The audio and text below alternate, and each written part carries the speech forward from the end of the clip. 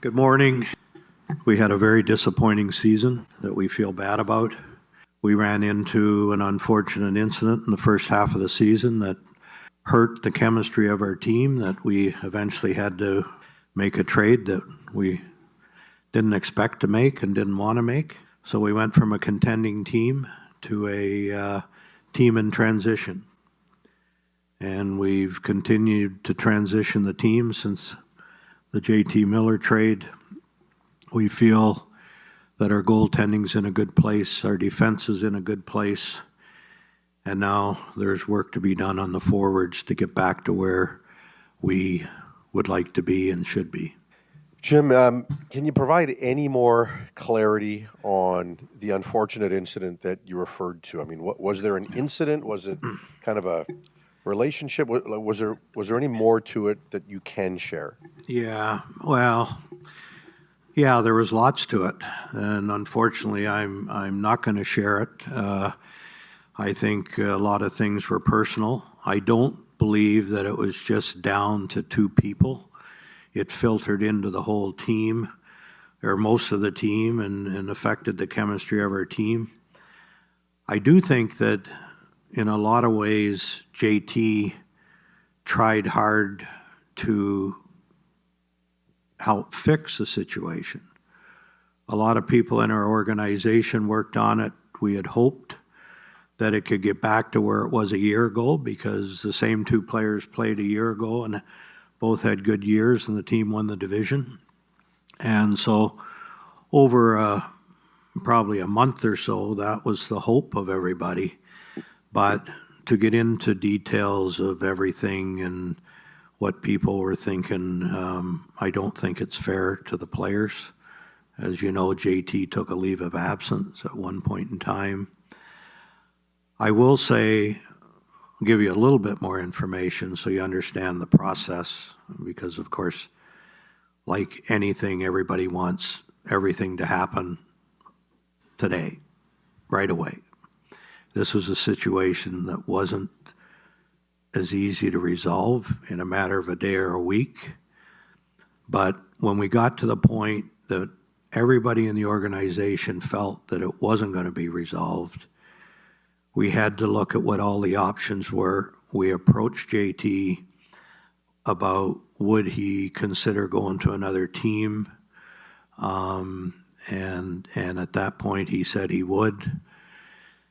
And then as a little time passed by, JT was getting anxious, and he wanted to make it very clear that he did want to be traded, and he would waive his right, his no trade to go to the New York Rangers. And so at that point, then everything was moving forward. But it wasn't just about trading him. All options were on the table. And I have the utmost respect for JT as a person and as a player, and I wish him well. From Petey's perspective, do you think it was enough? Do you think it changed things? Or, how do you assess where he was at this season and the impact of all of that? I think, again, we always like these answers today, and I wish I had a good answer for you, because this is not something that he's going to be able to snap his fingers and change. Everybody's aware that because of injuries or for whatever reasons, Petey wasn't as prepared properly for the start of training camp and the start of the season. I think that became one of the issues here that started to get things flaring up. And so now he, certainly before he got hurt here and didn't play the remaining games, there were signs of him going in the right direction. He's a guy that's always going to be able to get his points. But can you be a contending team with your top player just getting points? And I can answer that question. The answer is no, you can't. So he's going to have to buy in to being a complete player. He's going to have to buy into working hard. I can give you some good news. It's a small step, but he's been in here working every day now for the last few days. And That's what we like to see, and we know that he's working hard. He's not just stopping in for a cup of coffee. So that's a good sign, but he's going to have to do that all summer. He's going to have to buy into what the coach wants him to do. And part of buying in is being a complete player if you want to have a contending team. Patrik, Rick elected to do his media solo on Friday. I don't know if there's anything to read into that, but where are you? I mean, he said there's a number of things that have to be discussed. We know the club option, but where are you and what's the timeline on sort of a resolution for Rick Tocchet and his status?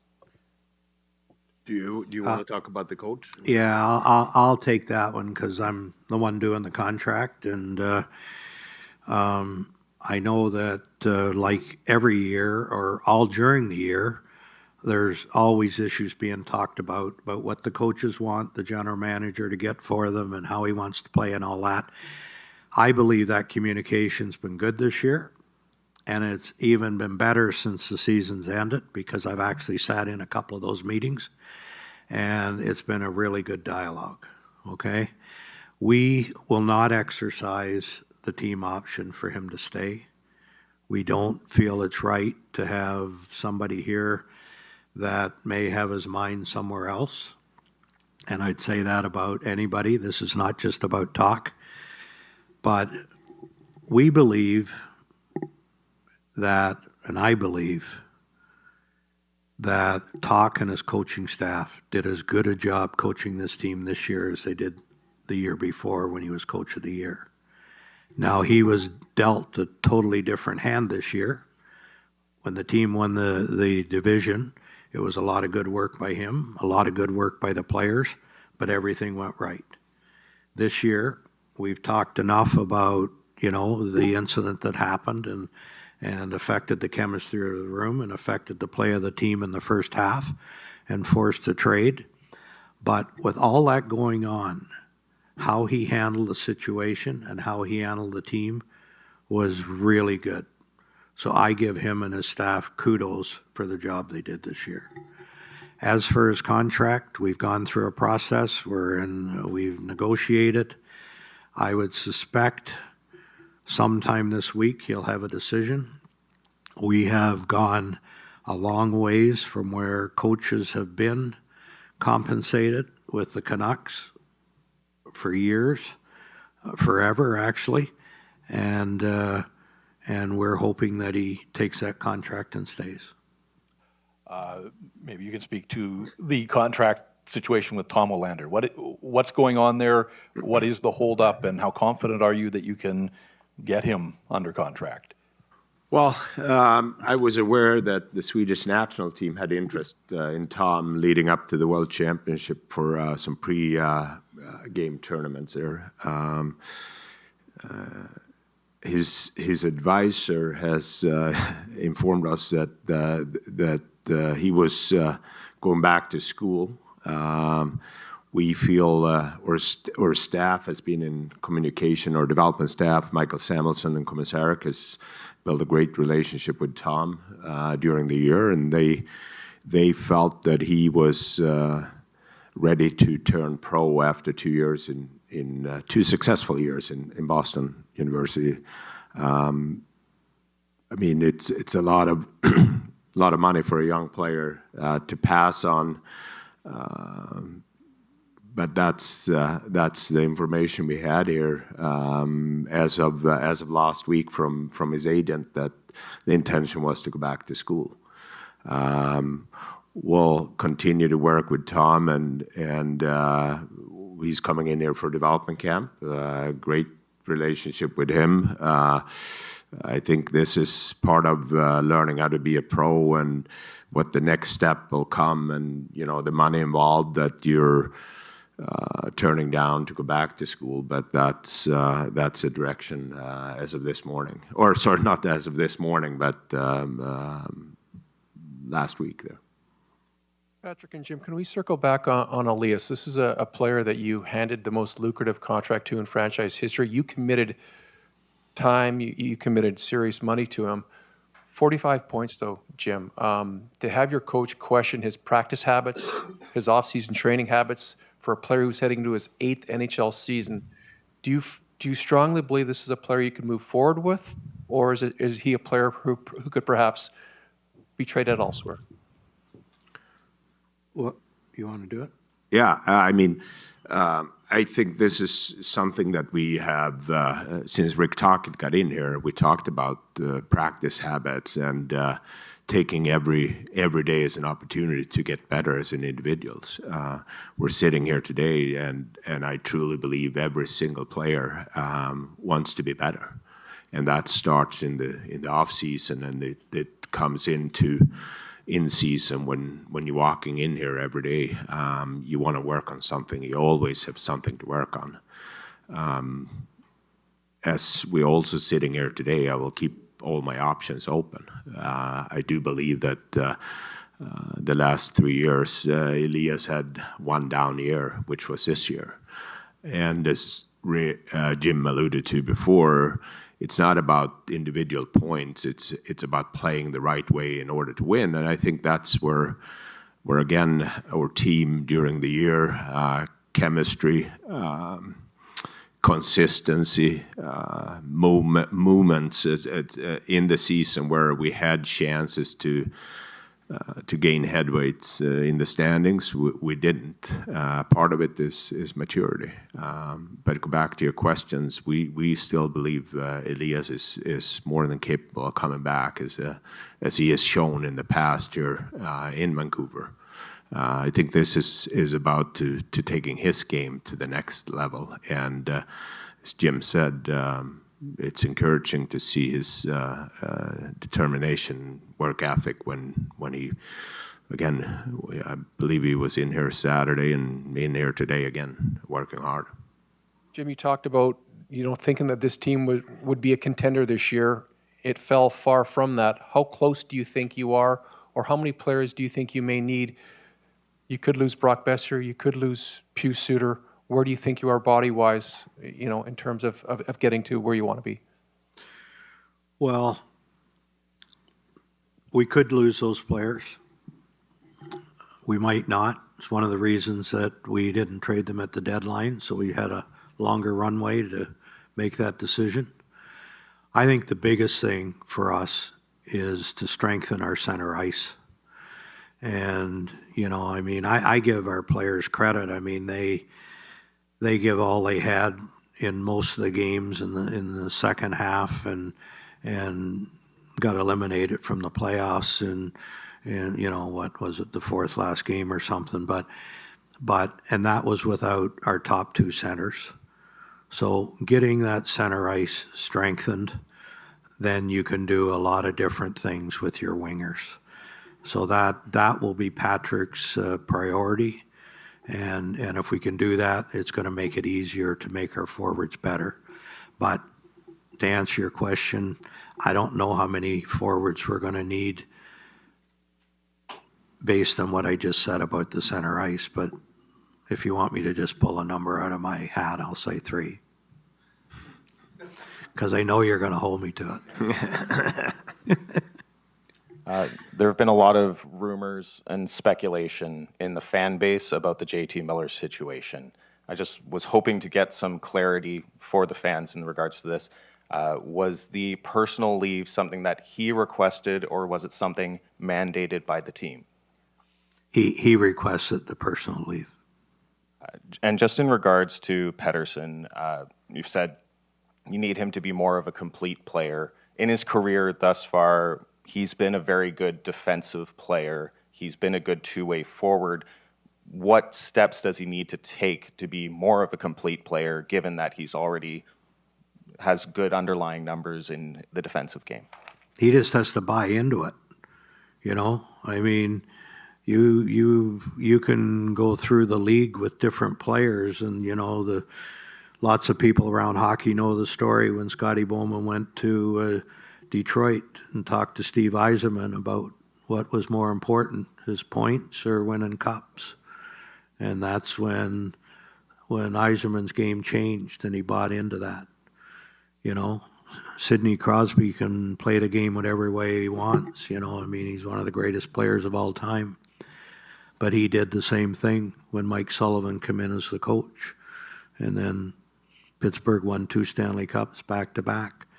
So there's examples out there, great examples out there for these young guys that say they want to win a cup. But do you want to put the work in? And just look at those 2 examples I give. And Petey can do it. He's got the ability to do it. He's just got to buy into it and prepare properly in the off season. Patrik, I know the assistant coaches typically are tied to the head coach. Can you just tell us for the coaching staff, you know, Gonchar, Foote, others, if Rick decides not to be back, are you looking at having to replace most of your staff, or are some of these guys still under contract? Well, as Jim said, or we're working towards having Rick Tocchet back here, and those guys are obviously attached to his contract status too. But that's nothing we're talking about here. Again, our intention is to get Rick back and have a decision here during the week. And for Jim, you know, you talk about the team, you start the season with aspirations to be a contender and challenge for a Stanley Cup, and then you have this dramatic change of direction midway through that nobody foresaw. How difficult was it to accept that you were going to have to do that new course, because it takes so long to get to a position sometimes to challenge for a cup? How difficult was it to accept that this was the best way forward? Well, we didn't have a choice, first of all, and then when we made the decision just to do it, make the trade, we knew it would set us back. You don't replace JT Miller. You know, you know some of the things I've said about him. There may be better players than him in the league in some areas, but there's about 5 guys can play the game like JT Miller, and that's a tough guy to let go. You know, when I came here, you asked about a plan, and the plan we had was to build with younger players. And one of the things that we fortunately have not done is traded away our younger players, and we're starting to build. Patrik and his group has done a good job of building up young players. You can see the young players in the pipeline. You can see the young players that come up here and played this year. You can see what Abbotsford's doing with one of the youngest teams in the American Hockey League. So that's an advantage we have. We have to have some good hard work by Patrik and his staff this offseason, have some good luck. Maybe we get a good free agent to come here. I think it's more likely that we're going to have to trade for the players that we're going to need. And if we have a good offseason, we can jump back up pretty good again. Jim, you talk about the change in course, you know, that you were looking to be a contender. Now you're realistically in transition. You guys have raised ticket prices a whole lot, especially over 2 years. And I hear from a lot of fans that are very frustrated about that. So I'm just wondering what your message is to those fans who are looking at 20% raise in their tickets, and what the message is. Well, I understand the frustration. I don't like to pay more for anything either. None of us do. But not being in the playoffs after having a price increase is hard for people to understand.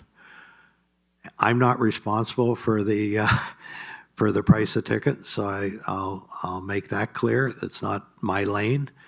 But the one thing I will say is part of that is not just about the hockey team with the cap going up. That is part of it.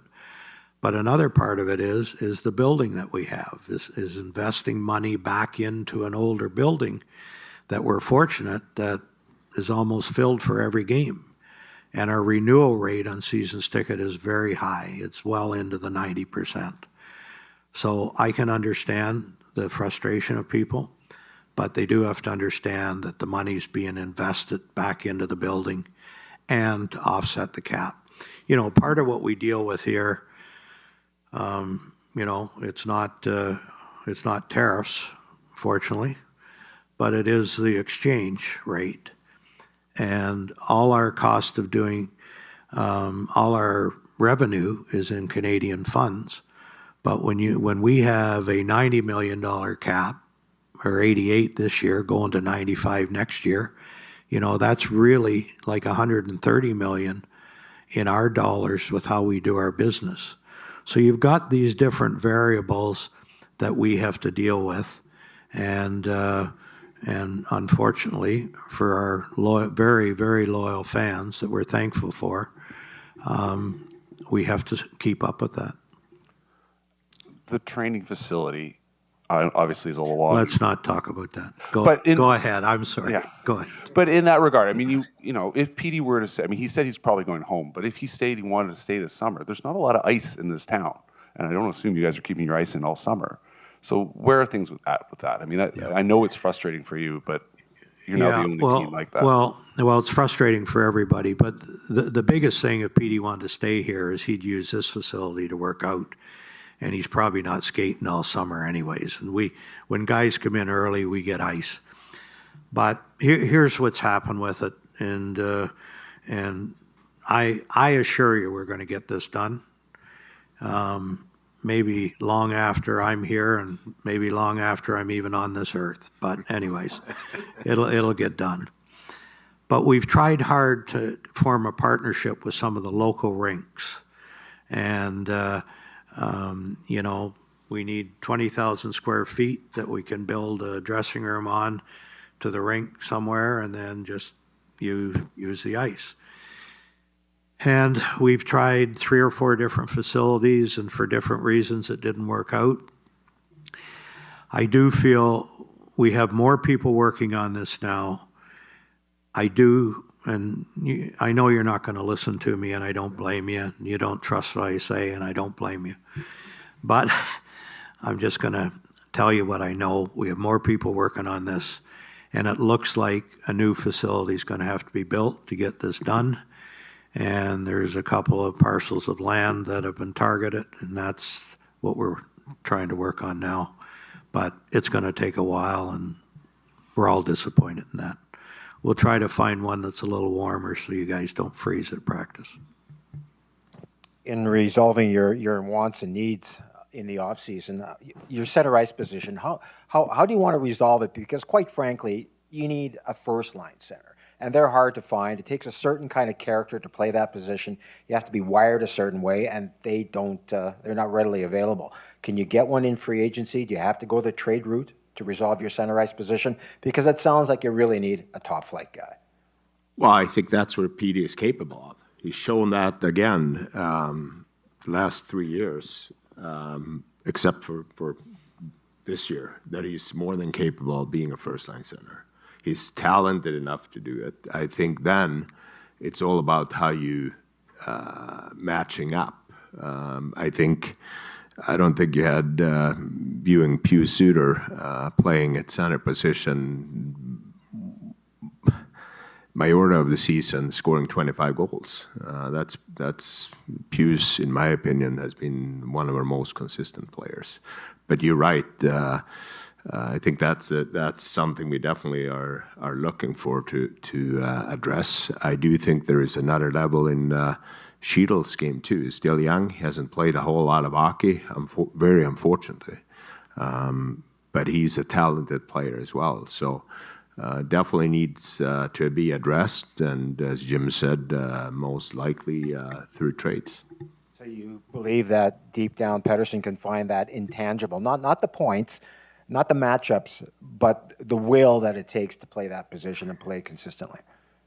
I think we still believe in him, for sure. He's still young, and as I said, he's definitely showing it in the past that he's more than capable of playing in different settings, different matchups, and we'll continue to work with him. But to answer part of your question was, I think it'd be tough to do in free agency to get a top 2 center, because based on the lists that we've looked at, we're gonna have to do better than that. So it's probably a trade, and well, I'm not going to play on my hand. Jim, you mentioned the dynamics of the cap going up in the years ahead, 95 million, but based on the NHL and the PA's sort of agreement all the way up to 115 million, and that's in USD. You were talking about the conversion rate. How do you expect that to alter some of what your team has to work through in the coming months? And could there be a moment where being a team that spends to the upper limit becomes prohibitive for this club? Well, one thing that'll happen as that cap goes up, there's going to be more national TV revenue. So that is should be a relief to our paying customers here that buy tickets. So that's going to be helpful. All indications are with ownership is that, you know, we're a team that will spend to the cap. And, you know, our ownership's very good about that. They give hockey ops all the tools necessary to do what we need to do, and we're thankful for that. You've got a couple of players in Thatcher Demko and Connor Garland who become extension eligible on July 1. With the cap going up and what could happen to the free agent market in the months ahead here, and then the years ahead as the cap goes up, do you think about extending guys in the current market with a different level of urgency than you would have in previous seasons? I don't think urgency is something you should do when you're talking about making that kind of commitment. I think Patrik and the hockey ops have to talk through, and the coaching staff have to talk through as to what the future is for those players. But those are two key players that personally I would hope would stay here longer term. But we haven't got to those meetings yet. We have to get the coaching situation resolved so we can have legitimate meetings as to what the decisions are going to be going forward. And to follow up on that, I think that's something that me and my staff are always working on, the projection on the team in the next couple of years and salaries and stuff like that. So you got to be prepared for that. And the same thing around the league, you know, viewing the other teams, what situation they are in and what potentially could be available as well. I've got a couple more questions about Pettersson, sorry. The knee tendonitis, can you take us through that from when you first started experiencing it to now, maybe how much you think it affected him? Because his play really started to fall off, you know, not at the beginning of this season, but around the All-Star break in the previous season. And he mentioned that at the end of last season's press conference. So, you know, there's a lot of people out there that think this whole thing has been an injury issue. What do you have to say to that? Well, I think he expressed that last year, knee tendonitis after the season. What I will say is there is a lot of players in the National Hockey League that plays through different injuries, different part of the year. I think regarding his off season, that it played into it. Part of being a pro player is that you have resources to handle different things. As of now, Elias is healthy and is back. He was rehabbing his oblique. He also had he went into the boards at the Four Nations that caused some swelling in his knee, but that's not an issue as well. We believe that with his health and the resources we have here helping him during the summer, he's going to be healthy, hopefully coming into next season. And again, I give a lot of players credit through playing through some injuries during the year here.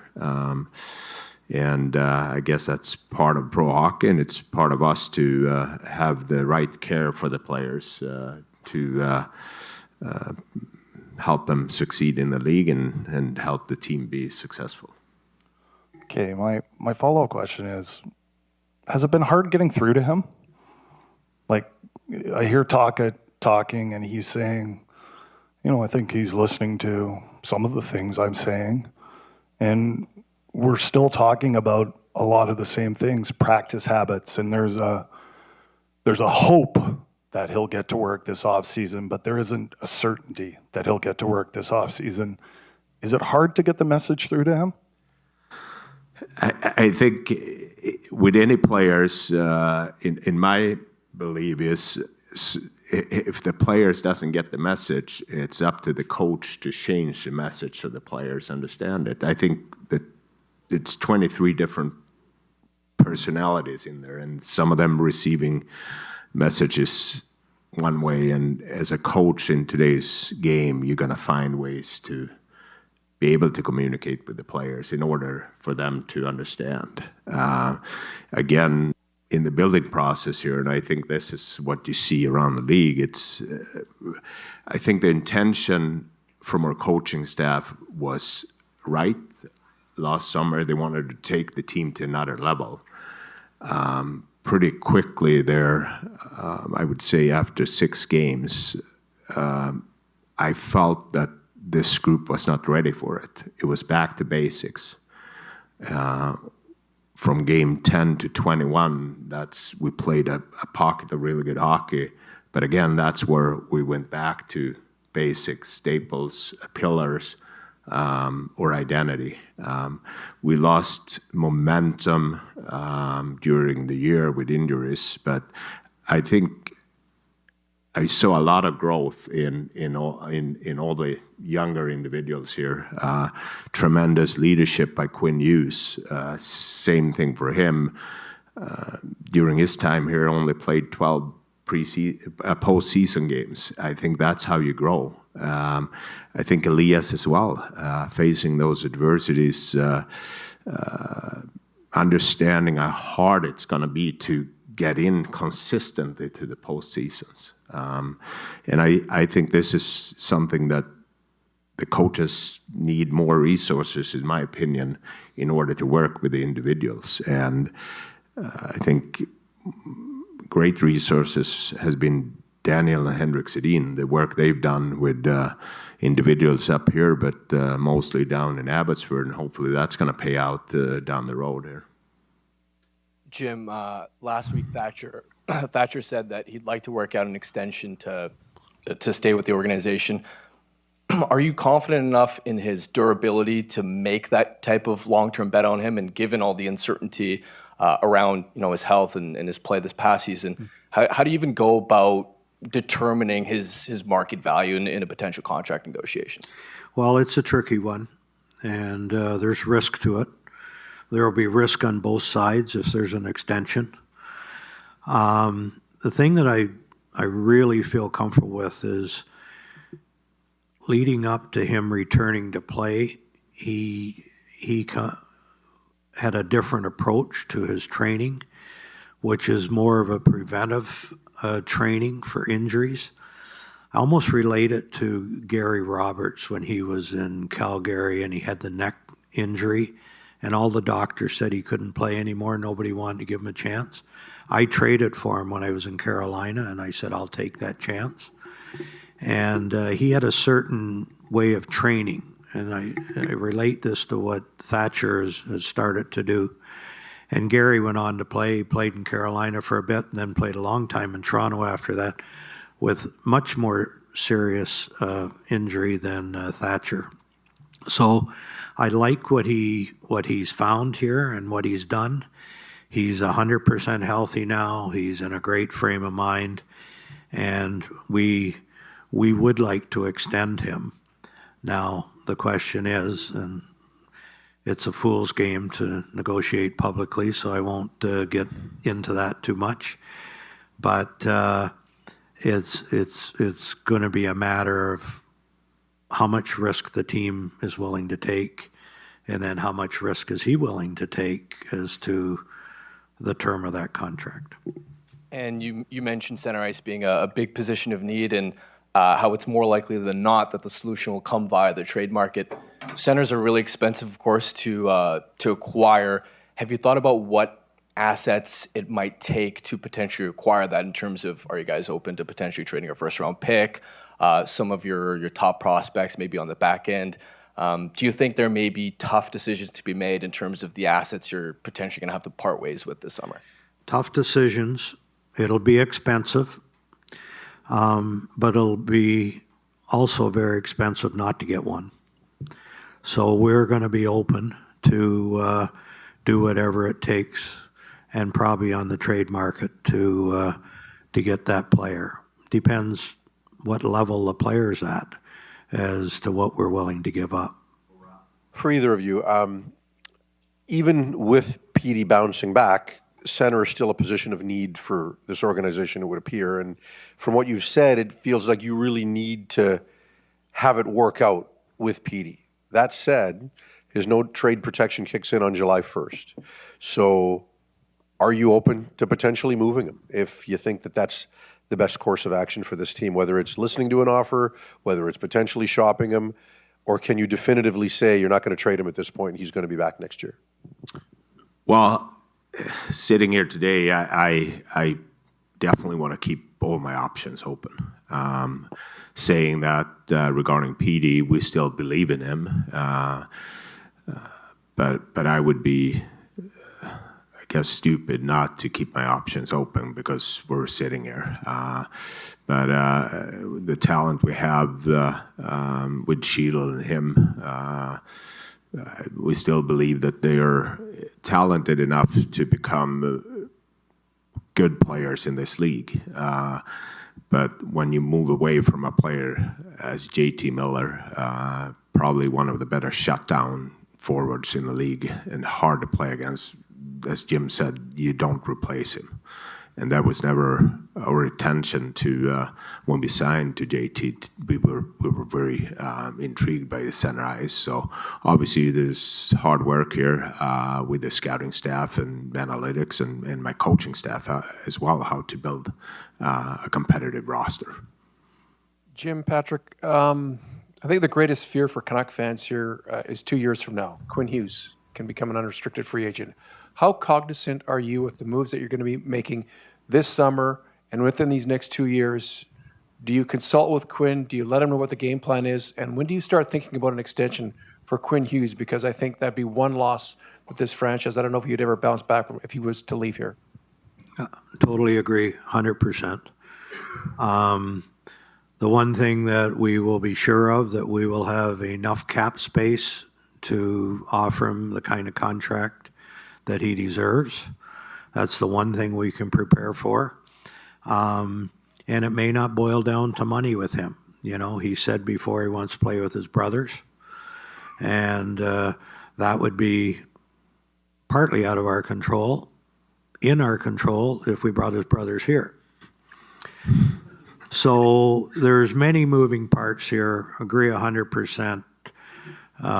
This franchise cannot afford to lose a guy like Quinn Hughes. And we will do everything we can to keep him here, but at the end of the day, it'll be his decision.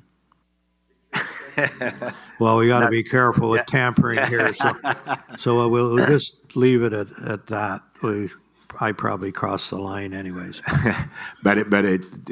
I mean, I've seen tremendous of growth in Quinn during the 3 year here. What he went through this year.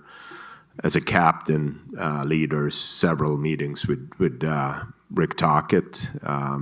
I get a lot of respect for him off ice, more so than on ice, and I'm sure that he's eager to get started here and come back and be hungry to play another year for Vancouver Canucks.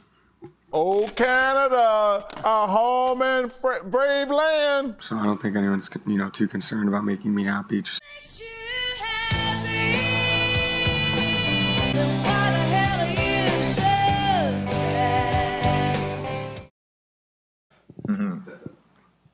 I'm a JT Miller fan. Yeah, it sucks, right? Yeah. In 5, 4, 3, 2, 1. It's the final countdown. Give it up nice and loud for them.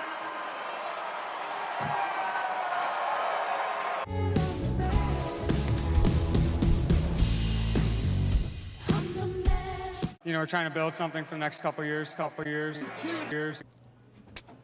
That go through my tuck? Generational talent. Thanks for liking the video and subscribing.